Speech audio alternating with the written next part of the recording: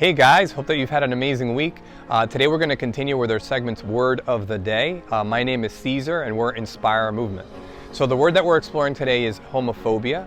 Homophobia encompasses negative feelings or attitudes towards homosexuality or to people that are identified or perceived to be lesbian, gay, bisexual, or transgender. When it comes to issues with prejudice, discrimination, and victimization, studies have well documented that there are severe impacts in the healthy development of a young adult when experiencing any one of those things. And this is particularly true if you're a young adult that is belonging to the LGBTQ+ community. For folks in the LGBTQ+ community, you have that level of stress in terms of bullying and discrimination that leads to things like internalized homophobia, as well as increased rates of the stress hormone cortisol, which leads to things like anxiety and depression. And when we're looking at internalized homophobia, it's almost like a form of self-loathing on account of all of the discrimination that's going on around you, where you feel like, well, there must be something wrong with me, so I'm gonna now internalize this homophobia that I'm receiving outwardly, which is awful, obviously.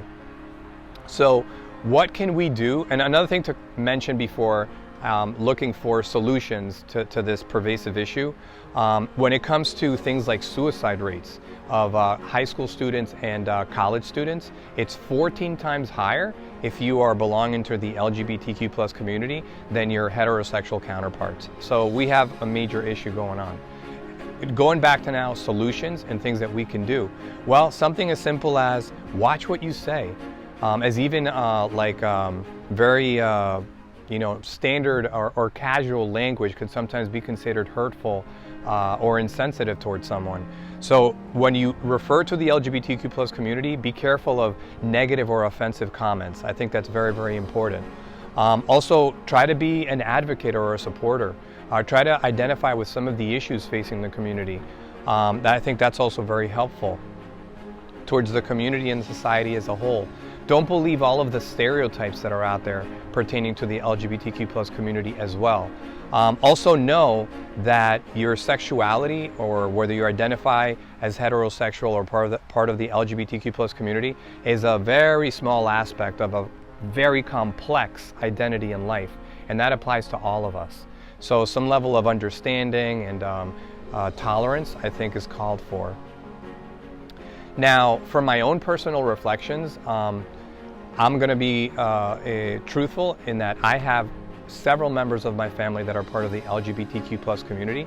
So for me, I'm very intolerant to homophobia in that vein. I love my family members as they are. They're living their fullest lives, and it's a form of intolerance to essentially allow for homophobia to creep into your life.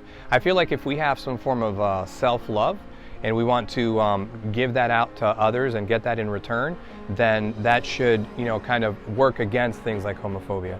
I have a very good personal friend of mine who is part of the LGBTQ+ community and gave me further understanding and awareness. And he said something to the effect of, whenever we don't know, like at all, we don't know someone in a different segment of society, nor have had the opportunity to care for them, then that opens up the gateway for discrimination, for being prejudiced, and also for victimizing others, victimization. For folks that are even further discriminated against, even within the LGBTQ+ community, that are transgender or gender non-binary or even pansexual, this is even more pronounced as they experience discrimination at higher rates and higher percentages than anybody else, even within the LGBTQ+ community. So our heart goes out to all of humanity, and I think that instead of dehumanizing people, what we need to do is break out of our comfort zone and seek out people that are a little bit different than us. Try to find out, what ails them, what things are troubling them, what are their issues, and that begins the humanization process, the bonding process, and doing away with all these layers of garbage, really, which is discrimination, prejudice, and victimization. I hope you find some of these reflections useful. We really take a lot of pride and joy in doing them. We're going to continue doing these segments on Word of the Day, but also tune into a lot of other things that we have going on. Go on our website, our YouTube channel, check out our social media forums, as we have plenty of things going on for you. And be mindful of April 15th, as our resistance bands are going to fully launch. Thank you so much for your patronage and support, and I hope you have a blessed week. Thank you.